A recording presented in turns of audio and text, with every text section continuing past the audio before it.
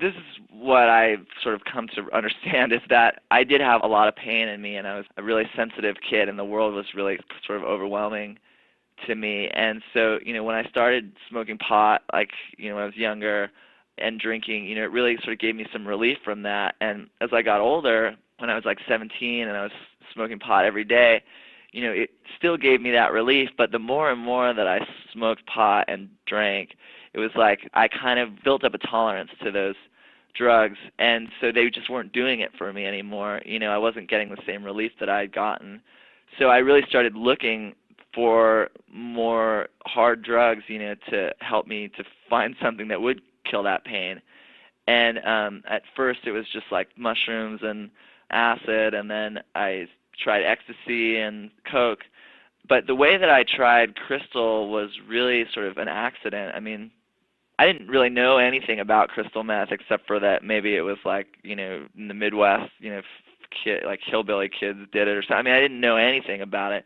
But my friend, we were up all night doing acid actually. In the morning, he was like, "Man, I just feel terrible. Maybe I should get some speed and we'll feel better." So I was like, "All right." So we went and we bought some speed. I didn't even really know that speed was crystal meth. I mean, I just didn't even think about it. And I did a line of it with him, and I'd say, like, I don't know, like when I was growing up, I'd always heard, like, heroin, never do heroin. Like, if you do heroin, you're going to get, addicted instantly. And I mean, I was scared to do heroin because I had that drilled into my brain as I was growing up. But I didn't have those same warnings about speed or crystal meth. So, I was really surprised when I did that first line, and it was like my whole world just was like went from, black and white to technicolor. I mean, it was just this like transformation. It was like this feeling like this is what I've been missing my whole life. I mean, I remember saying something like, "Man, like I wish I'd been breastfed on this. Like this is it. This is that thing that I've been missing." And so I would say that, instantly, if not physically addicted. I mean, I wasn't instantly physically addicted, but I was instantly emotionally addicted. And having felt that feeling, it became my obsession to keep feeling that feeling, over and over and over again. Yeah, that was how it started. The thing about crystal meth, besides that, amazing feeling that you get when you first do it, maybe like a day later, when you start to come off of it, it's like the opposite of that. It's like the worst feeling I've ever experienced in my whole life, and it's just like this, your insides are all sucked out, and your brain, is just being totally like on fire or something. I mean, it's just like really just this unbelievable despair and pain and stuff of coming off of it. So, I had to keep using so that I didn't feel that way. But there were moments, within my using where I knew, I have to stop doing this. I mean, this is like, it had destroyed, my relationship with my family. It destroyed my relationship with my friends. I couldn't hold a job. I, was just crazy and out of my mind a lot of the time. And a lot of times it wasn't even really that fun, after a while. It just was more about me trying to stay well rather than like, feel really spectacular. So I had, instances of wanting to get clean. I was never able to make that decision on my own. I had to be really coerced to get into these treatment centers. What my dad did, and it wasn't what he this is what he learned to do, and it's what my mom learned to do. And it sort of, I guess, went against, everything that they wanted to do, but they just had to do it because that's what everyone told them, was that they basically said, "Nick, we're not going to have anything to do with you. We're not even going to talk to you. We're not even going to answer your phone calls unless you get into a treatment center." For me, that was not what I wanted to hear. I mean, I wanted to be able to go home and, sleep it off and eat a good meal or whatever, but, they weren't going to take care of me anymore, And so because that was their message that, get into treatment, get into treatment, get into treatment, when I'd get to a place of absolute, desperation, I would call them and they would help me get into treatment.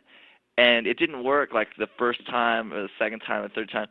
Well, I think that it helped. I mean, I think that I started to learn about this disease, which I think it is a disease. I started to learn about the disease of alcoholism and drug addiction, and to recognize that I had this disease.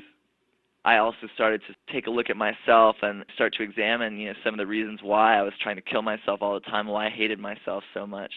But it really was like 5 treatments before I guess I was at a point where I was really, really able to say, you know what, like I'm not going to fight this anymore. I don't know what I'm doing. I'm totally, scared. I've destroyed my life, and I'll just do whatever it takes. This last treatment center that I went to, they had us doing like a lot of these like weird alternative therapies that I thought were really like ridiculous, but then turned out to be really amazing. Like their whole theory was just basically like that the human body traps all this trauma in it. So it's like if you go through something like, your parents get a divorce or you see someone get hit by a car or anything, it's like the human body will like trap that feeling, that trauma feeling in it. And unless you let yourself feel it and let yourself go through all the emotions, they talk about Elizabeth Kubler-Ross and the stages of grief and everything. So unless you go through like, the denial and the anger and then the, sadness and acceptance ultimately, you can never move on. And for me, I'd never let myself feel anything because I'd always just pushed it down, whether it was with drugs or alcohol or relationships or exercising compulsively or, whatever it was like I was always doing everything I could not to have to feel anything bad. And so at this treatment center, they like brought me back through all these painful experiences and sort of encouraged me to really like feel them, for the first time and go through that process of grieving them. It was super painful and really, really hard. And I mean, just taking a look at myself and seeing all the mistakes I made and recognizing that, I am insecure and feel ugly and scared and, that's part of who I am. And as long as I'm pretending to be someone else and as long as I'm not letting myself, feel those things that I went through, I'm not going to get better. So, yeah, I really started just like listening to what they were saying and participating in the program. I also was diagnosed with bipolar disorder, so I got on some medication and stuff, which I'd had mixed feelings about being on medication, but I tried it, and I found that it was a little piece of the puzzle. It wasn't like a cure-all, but it helped. I really just went through this sort of rebirth process of going back over everything that had happened and letting myself feel it all. And I think that's the reason that I'm sober now. I think that ability that I have now to be able to sit with myself in the quiet moments, is something that I never had before. The reason I really thought it was important to share my story is that, well, when I was growing up, even more than about drugs or anything, I mean, I had this feeling inside of me that was like, I felt really scared all the time and alone and insecure and wary of the future and confused, and I had all these sort of dark thoughts and these sort of perverse thoughts or weird thoughts, and I just was really kind of like ashamed of who I was. The thing that was really, I think, the most helpful to me when I was growing up was, when I started reading other authors. The first book that I read that was really like this was when I read Tropic of Cancer by Henry Miller.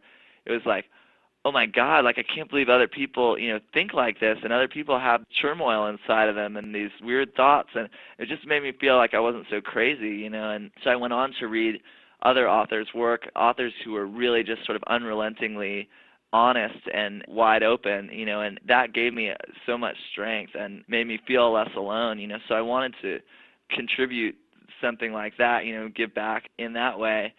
In terms of a young audience, I think what's really cool is that we've been touring around and stuff, and I have been able to see, like, when people come to the readings that we're doing and stuff, that, there'll be sort of an older crowd of parents and stuff that are really coming for my dad, I think, and there's this younger audience that's, really coming to see me. But in the process of us both telling our stories, it's like sort of secretly or something they're able to get this other side of the message. Because, yeah, I mean, when I was using, I never thought really more than for a second about how I was affecting my parents and what they were going through. And I think as a parent of a drug addict, it's really, really hard to understand because addiction is so confusing, and I mean, it doesn't make any sense. It's like against all logic or whatever. For them to kind of get a little insight through my story, and for people my age and younger to get an insight through my dad's story, I think is really sort of just this amazing opportunity that we're able to present.